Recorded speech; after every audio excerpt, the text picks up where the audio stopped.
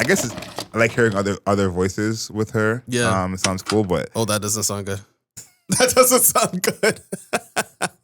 ooh. A lot of we're starting the podcast. What a compliment. Yeah, we're starting the podcast. We're like, yes, the other people are really just killing her on her own project right now.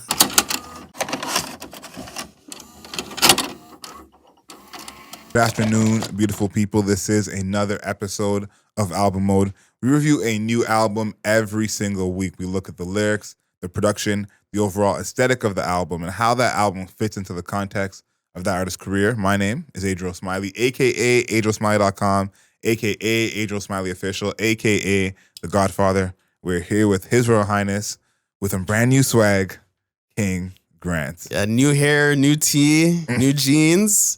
Don't you see? Like, I just went to, I just resist. I just went to the barber, first of all. Mm-hmm. So the look you're seeing is fresh. And also, this is like first time I think I've ever worn this t-shirt on our show. There you go. So I'm living the lifestyle right now. I'm living the new jeans lifestyle. Facts. But this review is not about new jeans. This is about Noname and her latest project, Sundial, with the most beautiful album cover I've ever seen in my life. One of.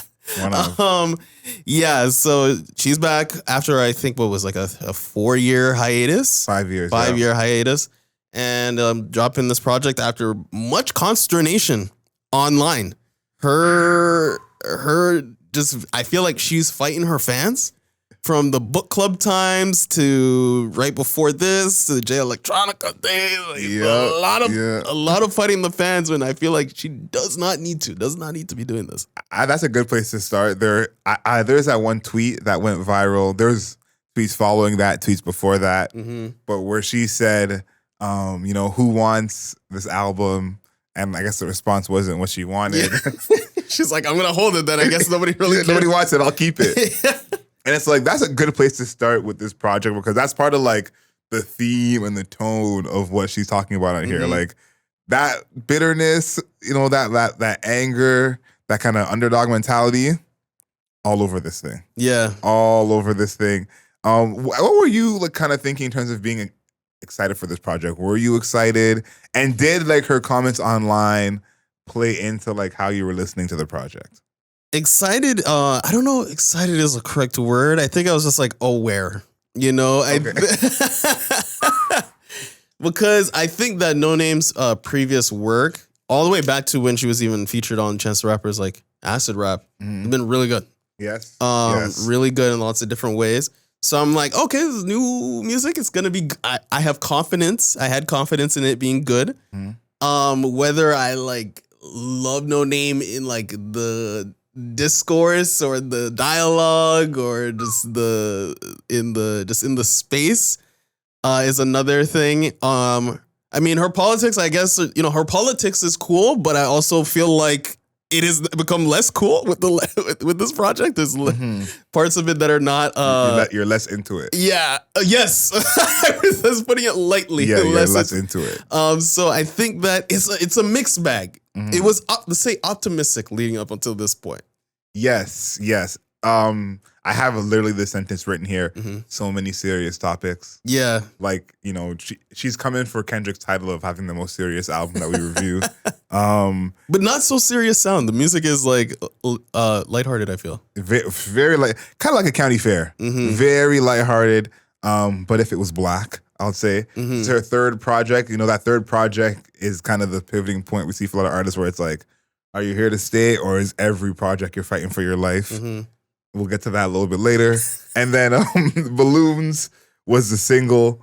I think with this project, it's almost hard to choose what is like the single of all these songs because this is not in the center of what hip hop sound is. And it doesn't have those kind of big pops that maybe a Killer Mike album had or even Lil Sims had on her album. So, Balloons was a single. Do you have a song that you think would be a better single? I think the song right after it, actually, Boom Boom with Aoni. Yeah. I think the hook for that is super solid. I also think Aoni is just like owning that song. Yeah, I think she just yeah. Rested that. I think she wrested that out of No Name's hands and it made it her own, because I was like, I'm really just here for her hook, her vocals, the intro, like, and I think that maybe it would have set a different tone for the album overall, but I think that would have been the best single. The booming, her huge vocals, crazy, bro. I think it also makes sense because, you know, Jay Electronica is maybe the biggest name on this project. Common, you could maybe say, is bigger than Jay Electronica, but depends who you ask. You know, depends who you ask for those two. I was just talking to my barber about that. About what? About Common. So it's funny that we're talking about him again. Yeah, no, big shout out to Common. Big shout out to Common. But she doesn't have many features on here, and usually that's kind of where you go with a single. Yeah. You got a little baby feature, you got a Doja Cat feature. That's your single. Yeah. No Name, that's not really been the case for her. But what I thought about going back, because I was like, I haven't listened to No Name in a minute. Let me go back. Way more No Name songs that I knew that I kind of like forgot that I knew. I really, really forgot she existed musically. But on some of her past work, you know, the artists that she came up with have kind of surpassed her. Yeah. And you see that tone in the music where her talking about could have been here, should have been here. Yeah. This should be the place it is. I feel like for me, when it comes to a single, I like Toxic. I think Toxic would have been one to like start a conversation. You know, that one is like her politics again, but in a very different way. Yeah. So I thought that could be interesting for the timeline. And I think Namesake is just, you know, a little bit of a groove. Yeah. She could show off her bars. I think those two would have been good for, you know, a single. Yeah, so I think that first of all, her music doesn't lend itself to being super singly anyways. No. It's so muted overall and like jazzy and neo soul, which is not big. That's not a huge, first of all, not a huge like genre in terms of popularity, and then just not a huge sound to become like a big single type of deal. So, you know, whichever single, we're kind of like picking nits when it comes to they're all the same, honestly. Yeah, there's kind of picking nits. I think it's just like, oh, because of one reason or the other, outside of her songsmanship, is why we're included, you know, want it to be the single, right? So it's not that big of a deal. Do you have a favorite song? A favorite song on here? It's hard to say. I do think Beauty Supply is probably is my favorite. Yeah, Beauty Supply is my favorite song. I like Beauty Supply a lot, and I feel like that's one I'll probably go back to the most. Yeah. I kind of like gospel as well. Okay. I guess I like hearing other voices with her. Yeah. It sounds cool, but that doesn't sound good. That doesn't sound good. Ooh. We're starting the podcast. What a compliment. Yeah, we're starting the podcast. We're like, yes, the other people are really just killing her on her own project right now. To be fair, we did start the last podcast talking about that same thing with Jay-Z. So it can happen to anyone. Happens to the best of them. Okay. Happens to the best of them. What's your favorite song off of here? And I gotta know what your favorite feature is. I think that Namesake. No, not Namesake. Potentially the interlude, even though it's technically an interlude. They did it again. Yeah, falling into the suit of why is the interlude always the best version of yourself? I just like the messaging on that. I think that, you know, she has this whole section where she's like, you know, people don't love you. They fall in, you know, hold on, let me give you the exact thing. They're like, people say they love you, but they really love potential and not the person that it's from.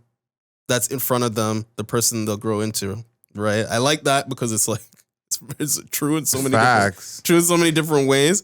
But then she also has this line, is like, if you're a little bit more pretty, roll a little bit like Kendrick Lamar, you would have a life worth living. You would be happy. You would be a happy one. You would be a happy one. You would be happy. You would be happy. So that section is like a lot of. She's talking about herself, in the sense that I think, and I do think this, most people, like a lot of people like No Name, but there is that element of like, what can she compile all this shit into that would be, you know, seriously special, right? I think all of her music up until this point, again, is very good. And it's critically acclaimed. But it doesn't have the bombast to break through into like a huge like general population type deal, you know? Not sticky enough. Yeah. Yeah. I mean that's that's probably our biggest problem actually now that you mention it. It's not sticky enough. It's her rapping style, her flow, it's like poetic, right? And like she's not fishing for the sticky hook, not fishing for the huge feature, right? It's kind of just like she's very much existing, almost like an independent artist, just like putting out exactly what she feels, and then making like letting everybody else consume it, right? Yeah, I think that's kind of where I ended up with this project, as well. And you talked about her being critically acclaimed. When I went back to listen to her old project, I was like, yeah, Noname been fire, man. Like, yeah, she has been. Like Noname has always been fire. I think too what the kind of tone was in 2018 was like, she was up and coming. She's gonna be like that next, person to break through. I think Rhapsody had her moment where she kind of broke through it. Everyone kind of like knew who Rhapsody was in a different way. Noname was kind of like, that next person who it felt like was gonna be her. 5 years later, I think that spot is probably still open. Yeah. And probably still can be her. But the production on here, I think, stays in the lane that you said of like not being sticky enough, not having those kind of like huge moments. And I thought about this with project because I like the production on here a lot. I love it on here. Which? The production, like in general, I think it's just so musical. There's so many moments that you hear like so many real instruments. And especially like there's moments where like this is a real person drumming. This is like a real role going on here. This is a real drum solo that it's like, someone's not programming this. But this is like, again, the more chill lounge version of it. I thought to myself, is it just like the more musical you are, the less that you have hits in this space? And I realized that's not true. There are people like Anderson .Paak and Kendrick Lamar who make music that is, similar to this in sound, but just a lot bigger. So that's one thing that I think is kind of missing from this project. One of my favorites, you mentioned it before, Namesake. Yeah, that's really good. I think Namesake is just like the kind of song that like people in the center are not making. Yeah. And I think like this beat is good, but it's not anything, special, I would say, in a sense. Like we've heard a bunch of people have, time on a beat like this. But I think that is the main thing I realize is like the center is not doing this. Yeah. And personally, I would rather hear this with good raps than, insert someone in the center. We're not going to name names, but I would rather hear this, Right. Like, this is, very similar to a breakbeat. It's real. It sounds like real drums. I'm like, maybe that's an old school in me. Yes, but it is. I do want to hear that more often. So it's like, as much as Namesake isn't, I don't know, your favorite beat where you hear it and you're like, ah! I still think it's really good. And, it is 3 minutes long. I could take another 3 minutes of that. Yeah. I feel like this could have been, we're talking about singles now. I'm like, I feel like this could have been Namesake. Yeah. I think that, again, if there's a dedication to making the hook or the chorus more like sticky, more sleek with the hook, I do think that there could have been like a serious moment there, because I do think the production is really good. I think the strings, I think it's like, I don't know if it's like a bass, like a bass violin. Like a cello almost. Or a cello, sorry. And like, I think that there's like a lot going on to it. It makes it almost like sneaky, like almost like a burglar, right? Like sneaking into a house, right? And I think that, that actually could have, I can picture it in my head like that being like a big moment, like when the song comes on. So I just like, I think that there's a little bit of, that's what lacks. Yeah. That's I think my one thing is like when it comes to her music, and this in Sundial specifically is like hard. There's like a thing that, we talk about things like, what can I grip? Yes. Right? Yes. What can I hang on to? Like, when we were talking about New Jeans, this is like the fucking hooks are golden, bro. It's like, how many times I've said super shy just like out of nowhere, right? But y'all heard the intro. Yeah. But, Noname doesn't have that, right? Just great lyrics. When you dig down into the lyrics, fantastic. Yeah. Right? But for you to like recite her lyrics, like you really have to be in the detail. You can't just like pick up her lyrics, right? Yeah. So there is like a barrier for entry that is happening with all of her music actually. So I think that's the biggest issue, right? But I think her raps are sick. I think the production is pretty good. You know what I think too is like she is a new artist, but this production style. I don't even know if she's a new artist though. No, like, well, in terms of the totality of hip hop, okay. like, you know, her first project, I think 2016. Yeah. So, you know, 2016, I was like, you've been around for a while. Yeah, it's almost 10 years. Right? Yeah, crazy. But, you know, just in terms of like her peers and their production style, hers is very different from that. Yeah. I think it's on like Oblivion. That's one of my favorite, you know, productions on here. And it does have a pace. When you hear those drums, like the hi-hat is active. There's a pace on that beat, but you know, still very different from, you know, the trap hi-hats and the trap drums. You know, two complete different genres, almost at this point. And I think, you know, there is that person who they don't want to hear it sound as like jazzy and, you know, traditional as this, even though, you know, this is great to listen to. I think it almost sounds outdated, which is crazy to say because she's not old, but it's like so much of hip hop does not sound like this. So yeah, even because you even think of, I remember when she was like just breaking out, like somebody like, you know, even like Earth Gang or Smino, right? Or who else was it? Saba. Yeah, Saba, Chance the Rapper. They kind of originated in similar space. Yes. If you listen to like the early Smino, it sounds similar to this, but they eventually branched and evolved. They evolved, and she has. And she has not evolved. Yep. Even though that's a great point. Drastically different from what's current, right? This is not evolution on Telephone or Room 25. Yeah. This is not it's not an evolution. It's actually just like mixing in the space. It's more enrichment than evolution. Yeah. And I don't even know if it's really it's more, I guess it's enrichment because I think that the instruments are different. Yeah, I feel like she can do more, like just, you know, as being more into the game as an artist, like more time. She can do more when it comes to instrumentation. Yeah, I just feel like the tools are available. Like I feel like, for example, a song like Boom Boom, this could have existed, and versions of this has existed on her previous albums, right? It's cool. It's a neo soul, but it's a version of neo soul that exists. Like we've heard it before. I've heard a Cleo soul song that's like this or something, you know? So I think that there's a lack of adventure in what's happening as a musician, despite existing since 2016 or being prevalent since 2016. Yes. That's like one thing that you never really would expect with Noname. I think it's because it's so out of the ordinary that it always sounds newish. Yes. But we're watching.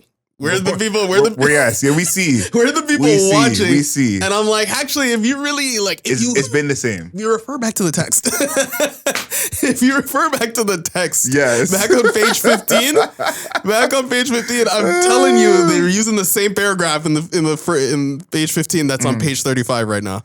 Right, 100%. So that's 100%. So even though Boom Boom, it's got like, you know, the tab, you know, it's like almost like not even. I mean, I guess it's drums, but it can almost sound like pencils on a desk. And, yeah. And, you know, the synths are very free and stuff like that. I'm like, I heard this one before though. But that is kind of what I'm saying of like, that's part of its appeal in a sense, because it's like talking about, she's like on this song, they're playing rim shot for most of the time, which is like a real drummer thing that it's like, well, people don't program rim shot as much. There's really no point to doing that. And so it's like, I think the difference with her sound staying the same is, I don't think that's actually a problem. I think you mentioned someone like Cleo Soul. I talked about Lil Sims earlier. Yeah. There's a whole. Oh my God, Lil Sims is crushing the space. There's a whole space here where people are crushing it and people want this. You know, like there's a whole space here where she can live and thrive. I think, and this kind of fits more into the lyrics. Yeah. A lot of her talk is about, I'm not as big as I should be, or where I could be in my career. That is all over this project. Yes. And I think that is why we're thinking how we're thinking, is like, she embodies that as well as like, as if she wants more from this sound in her career. When, you know, you mentioned all the people she came up with, Saba, Smino, Chance. They're set, like, no problems. There was no problems on Acid Rap, on 10 Day. Yeah. You know, that's a different guy. Yeah. So it's like, she is saying, I should be this, I should be that. But I feel like, you know, the path is there. You know, I think the sound has to grow. You don't have to lose your musicality, but the sound has to grow to be played in bigger rooms. Yeah, because you know what's even interesting is like you don't have to lose the musicality. It can be more quote unquote musicality-ness, right? Like you're just making bigger songs. That's her problem. Yes, bigger. She makes really small songs, but has only made small songs. Yeah. The biggest, when we talk about big songs, we're talking about like multiple instruments, progression, all that type of stuff. Yes, I think crescendo, all that. Right? I think her biggest song on this is Boom Boom. Yeah. Right? Which is not really... And it's not really huge like that, you know? So that's one of those things that like we really realize like that when she's talking about, you know, the thing that I brought up earlier, where it's like if you're a little bit prettier, you're more like Kenny, you'd be happier. It's like, as an artist, get to it. We would expect a progression. Yes. Right? And you're not progressing. So it's hard to garner new fans and be bigger than you are, right? In the same spot. Yeah. I do think in a vacuum, if you are completely new to Noname, this all sounds great. Yeah. I think if you've never heard of her before, so the first album you're hearing from Noname, she could be your favorite artist. I think that is 100% possible. Before I mention my lyrics, because you mentioned one of my songs already, potentially the interlude. Yeah. And you took right from my notes, so we don't even need to get to that. But I want to talk about Beauty Supply. I don't have any actual lyrics to highlight, but that song as a whole, the message. How do you feel about that? Because, you know, if we're doing a blacklist ranking of all the artists we've, you know, done their albums on this show, we had Asaba and Smino up there. Yeah. I think Noname has to be right up there too. Yeah, Noname is, I would say, pro-black. I'm trying to make sure I'm not going too far with it, but I think that she was like it's definitely an artist that cares about blackness a lot. Yes. Success of blackness, critique of blackness. We'll get to that too. You know, she self-critique. Yes. Right? So I think that a song like Beauty Supply, you know, I think, you know, braiding your hair and like, you know, set of standards, who really matters, you know, having a new identity, same enemy.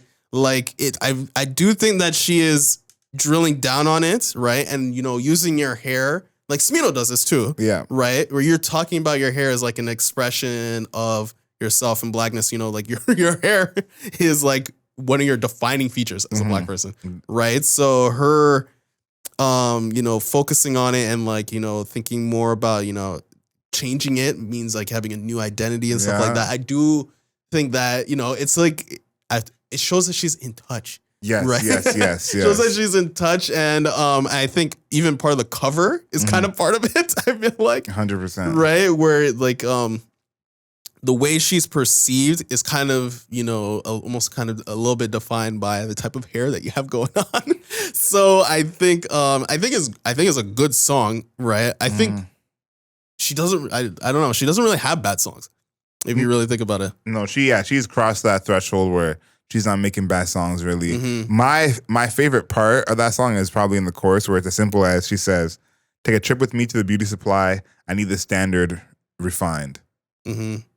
Simple as that. Not refined is such a kind of polite but direct way of saying it needs to be changed. Yeah. Not thrown out the window, not destroyed, not abolished, just refined. So I like that was a little tame there. You know, we talked about her being a kind of critique of black people. Yeah. She's had her beefs. You know what's really funny? Her highest profile beef, J. Cole, where I believe she destroyed him in that beef. Her song actually was totally evisceration. No, she went in. She totally went in. Yeah. And it's funny you mentioned that because I think that she has what it takes to actually beef with all of these people. Yeah. And you know, even you mentioned that, like, how many people do you think are J. Cole fans have never heard that song? It's probably a high number. Yeah. It's probably a high number. And my point is that she'll go for anybody. No one is off limits. Literally. In verse 2 of Namesake, she says, "You deserve the payback because niggas took everything. Let's go get that and take it to the hood, though. Share it with the community. We soldiers in plain clothes. Everybody got their role. Don't be an op. Everybody got their role. I'm going to play mine. Like Scooby-Doo in a haunted house. I see the ghost they talking about. I see the signs. Reading between the line and the crime scene. I ain't fucking with the NFL or Jay-Z. Propaganda for the military complex. Mm-hmm. You know, she really is naming people like straight away in this section you see. And we talked about it actually in our last podcast. Yeah. About how crazy it was that Jay-Z was naming Nas by name, Prodigy by name. This 20 years later, it's crazy. It helps that she's a smaller artist that she can kind of just do that. And like if anybody responds, then she's like, okay, like, you know, for her it's a come up. Yes. When somebody responds, right? And that's the thing that like, I think about Noname that is like, it's almost sad in a way is that like her talent is up there with all the people that she thinks she should be up there with. That's not even up for debate. Like she's put out so many good projects, good music. Yeah. You know, her talent, she should be in the rooms with these people that she likes to get at. But somehow, some way, the universe has conspired differently. Because, you know, you're talking about like she can take a shot at Jay-Z. Yeah. This was not breaking news at all. It really wasn't. You didn't see the line on your timeline. I didn't see it on my timeline. Yeah, I mean, and, you know, close your eyes and pick a rap album that we reviewed in the past. If that artist would have said this, yeah, it would have been a different story. A whole different story. So it's like you talked about like it helps she's a smaller artist. Yeah. We're living it right now. Like she literally said this and it's like it wasn't a huge deal. So it's like I think that is a big part of like, you know, what she says as well. It's like not she's like yelling into the ether because she has fans, she has listeners. Yeah, yeah. But in a sense, it's just like there's nothing she can't say anything crazy enough for anyone to like, you know, blow it up. Like no matter what she says, it's always gonna be this is Noname over here. At least what it seems. Yeah, because like I mentioned, she's a critical darling. But I'm like, critical darling doesn't mean that you drive headlines, right? It doesn't mean you drive page views, doesn't mean you drive in engagement. Yeah, Run the Jewels is not doing the Super Bowl. Right. What can draw, you know, engagement is like what other people, you know, what other people are doing on your project is what's drawing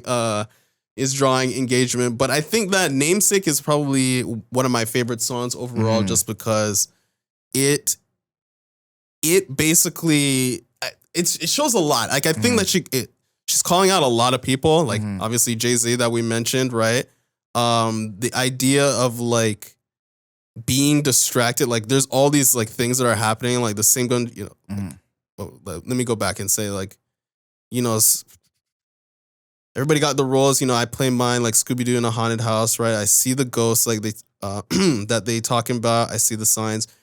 Read in between the lines of the crime scene. I ain't fucking with the NFL or Jay-Z. Propaganda for the military complex, right? And then, you know, she repeats it. And then out west, the single that shot Samir in the West Bank. We all think the Super Bowl is the best single. Rihanna go, right? So she's, you know, she's naming all of these like actual things that are happening in real life, you know, like violence against like, you know, teenage like black people and things that are going on in the West Bank. And then she's also saying, you know, she's also including like, you know, go Rihanna go. Then after that, she says Beyonce. Then there's Kendrick. Then there's Jay-Z. And mentioning that like, you know, like consuming them is like almost like there's this saying from like ancient Rome is like bread and games, right? Is like, you know, will like sustain the populace and they don't have to pay attention to anything that's actually happening. And I think that she is like tapping into that where it's like, you know, all this other shit is happening, but go Rihanna go, like, you know, this is awesome. And you know, War Machine gets glamorized, and we're talking about the watch the fire jet fly high over like a Super Bowl game that she mentions. And then you're kind of like you're propagandized, right? Which is true. Yes. Which is true. Yes.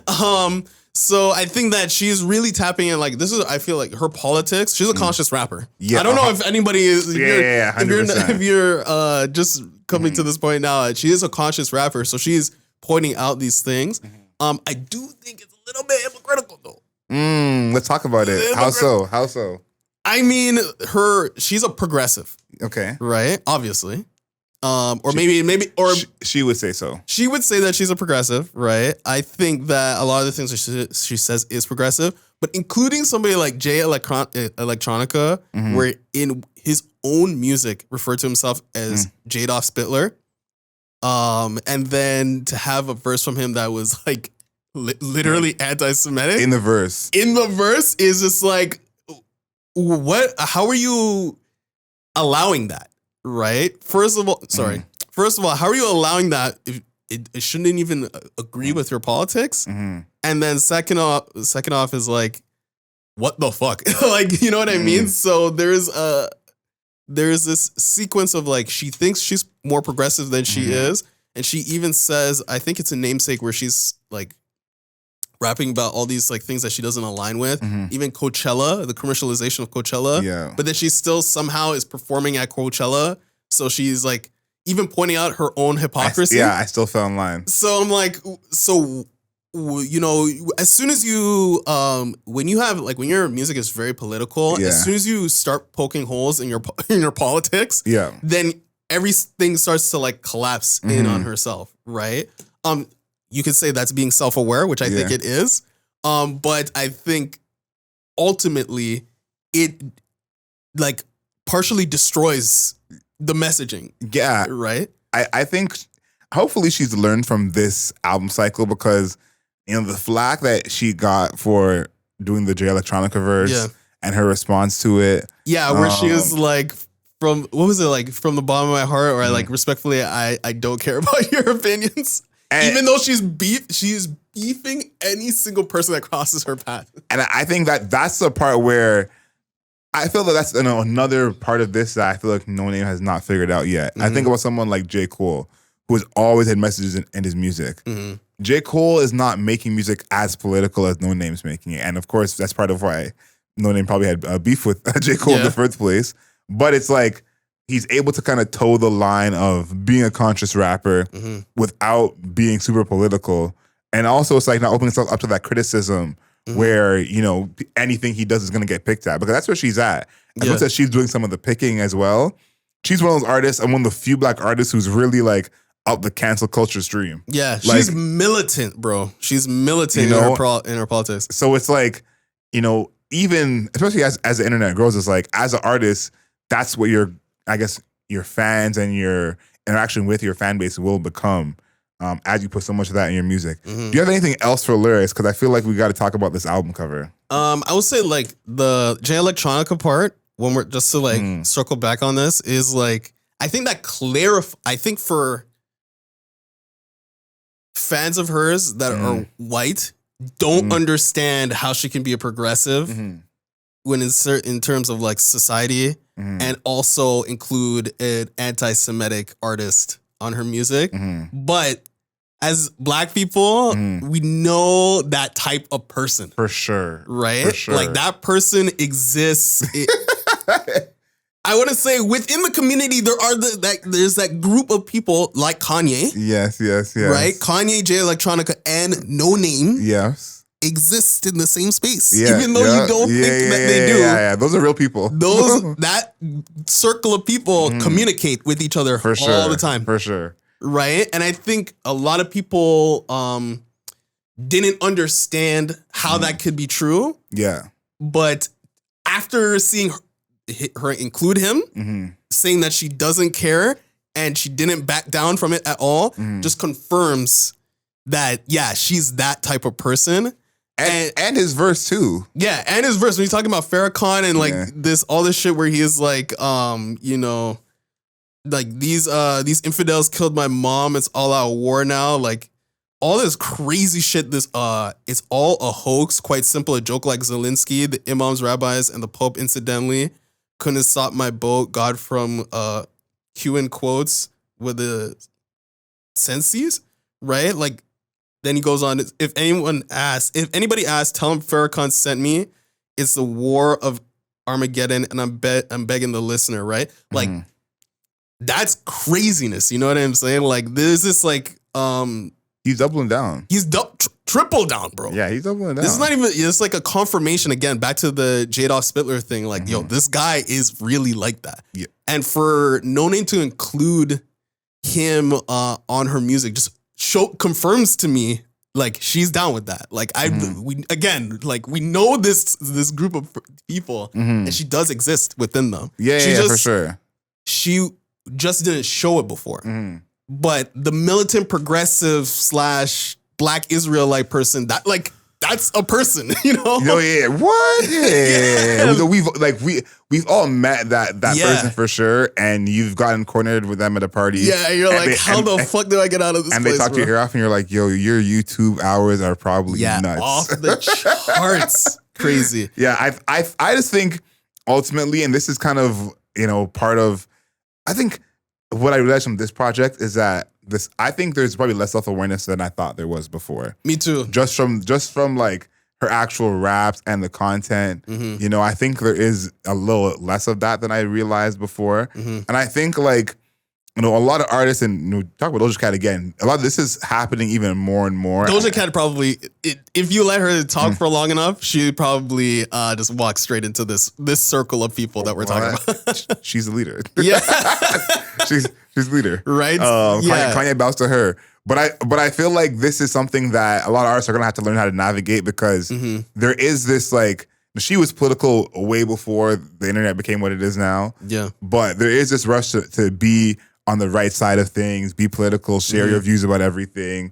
And we see from the big artists, they stray away from that completely. And you see that, kind of the success of that. Yeah. I think that's something that some of these smaller artists and some of the artists who are more political need to kind of adapt. Is like, it's great that I have all the information and, I know everything, but you don't have to post everything. Right. You don't have to share everything. So that's something that we're seeing with Noname, where she has to understand that in herself. Yeah. And I think, I think that she has this like idea that I think she thinks she's infallible with her like political ideology, For sure. and is not able to even consider some being wrong. Like she has this idea of like everybody else being super like her. Yes. Like we mentioned, like Kendrick Lamar, J. Cole, et cetera, and is not willing to examine her own ideals to determine whether or not like they make sense. Because you can't criticize Coachella and all this shit and then perform at Coachella.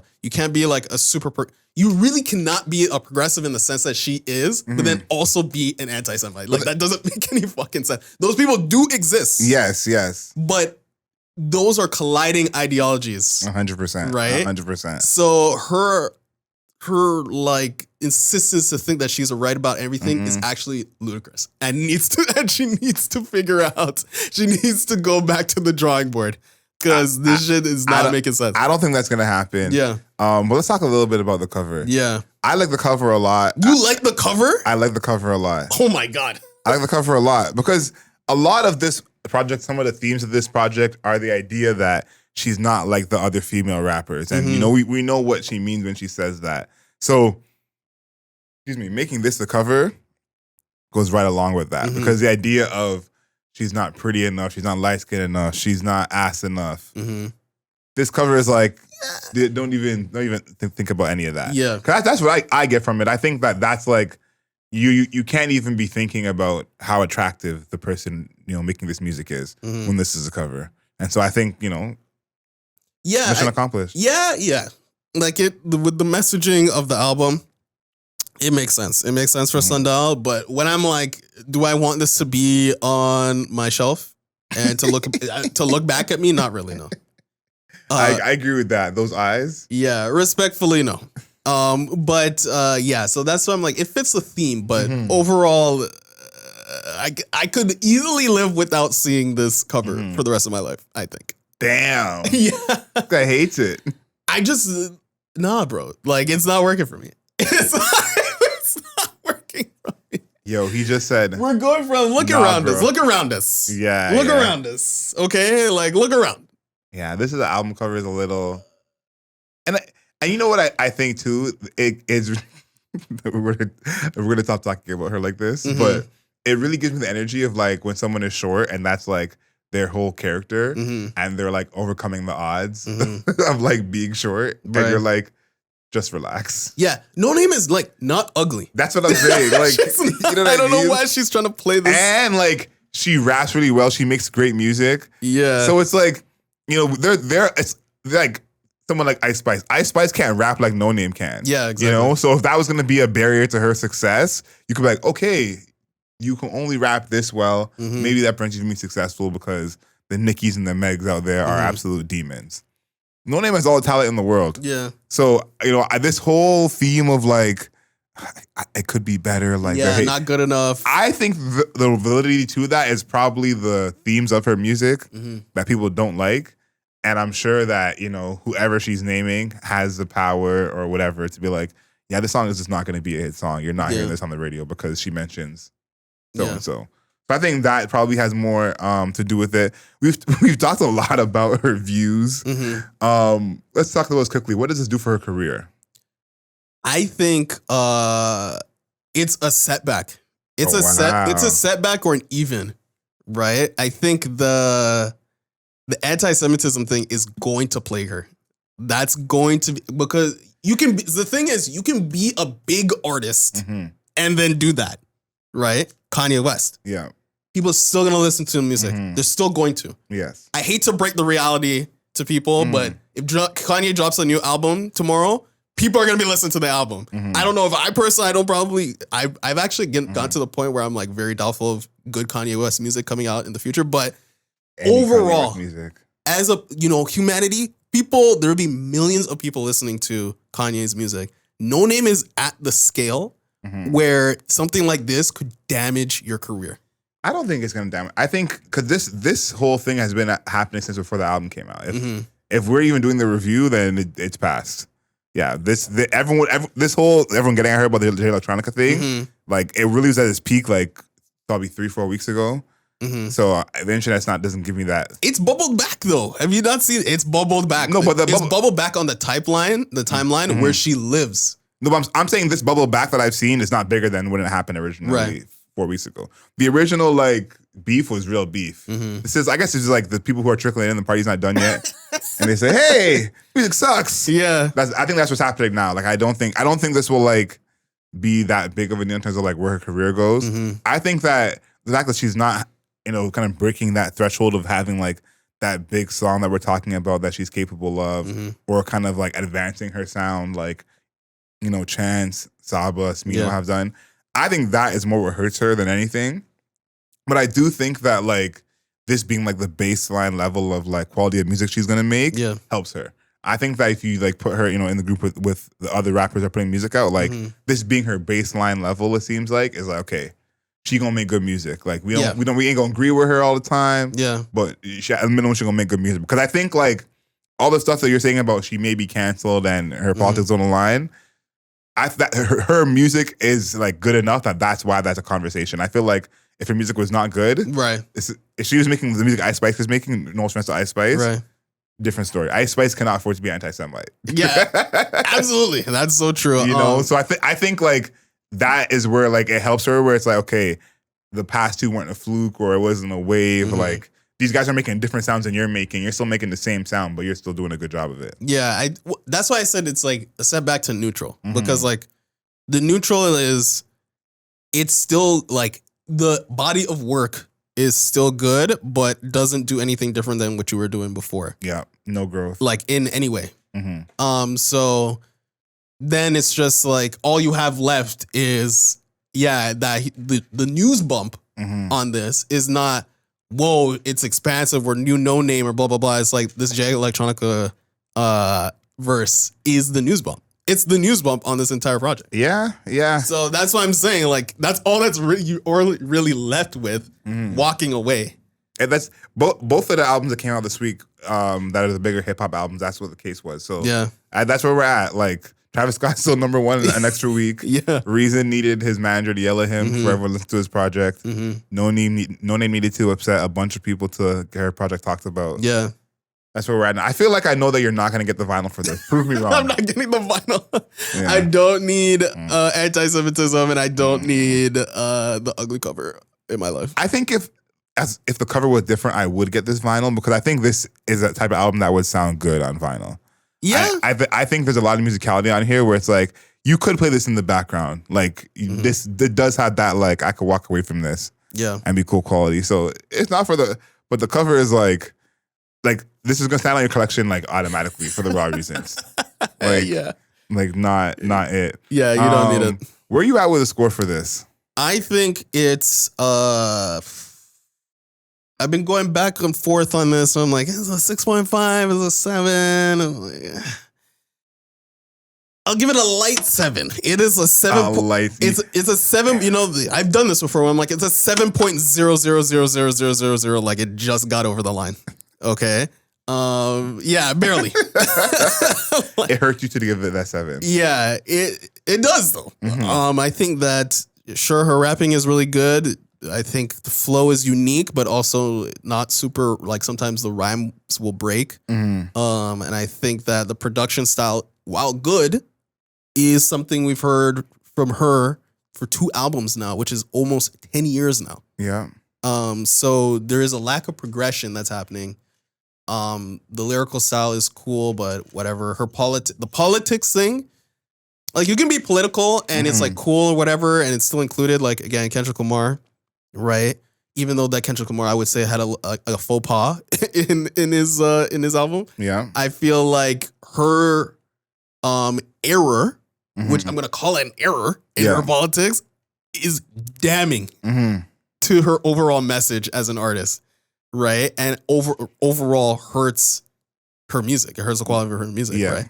So I'm gonna actually give it a 6.5. Damn. Because I just talked myself out of the 7. I'm not gonna give it a 6.5. It's relatively good.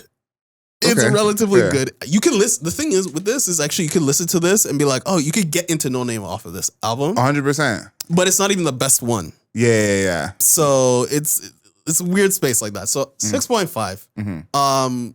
You know, I'm probably not gonna listen to it after this. Maybe Boom Boom, but after that, not really. What about you? This album's really good. I feel like this is, it's rare to have someone at this point in their career have an album that like everyone can get into.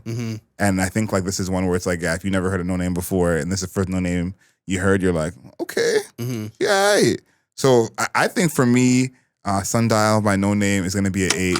Wow. I think that album is really good. I do think that like, we have, what's the opposite of privilege, but we have like the burden of like hearing her speak and seeing her opinions. And, like, you know what I mean? Like that totally taints like the music and not in the good way. For some people who are her really big fans, it probably aids it for them. But I think like, me and you personally, we have the burden of like, it taints the music in a sense because we know what she thinks about certain things. And so it's like, me looking at this like in a vacuum, like I never heard her speak about nothing. She's generic rapper who likes bitches and chicken wings like everybody else. This album would slap. You know what I'm saying? So in that sense, I feel like the 8 is deserving, but interesting we got Noname back outside. Yeah. Will she even drop another album after this? Is also another question. we barely got this one. Because, first of all, this is the first one in 5 years, and it does not seem like a pleasurable experience for her. It has not shown that to me. Yeah. Now, she's definitely beefing with the whole music game. Yeah. Period. Okay. Yeah. So, this might be it for Noname. I don't want it to be, but I wouldn't be surprised if it was, to be quite honest. I don't think she's enjoying it. I want to see Noname get active. I think Noname is again one of the women in rap right now who can really hang with the men in a way that men respect. You could rap your face off, but if you're talking about certain things, they're going to be a certain tone. Yeah, I think her technical proficiency off the charts. Yeah, so I want to see Noname back outside. Yeah. If anyone who's made it to the end of this podcast, you know what to do. Leave us a rating and a review, 5 stars. Not a single star less. All of our beautiful people over there on YouTube. Make sure you like this video, share, comment, subscribe. New videos every single week. Of course, follow us on the interwebs at Album Mode Pod on Twitter, at Album Mode Pod on Instagram, at Album Mode Pod on TikTok. And until next time, know yourself, know your worth. Later, people.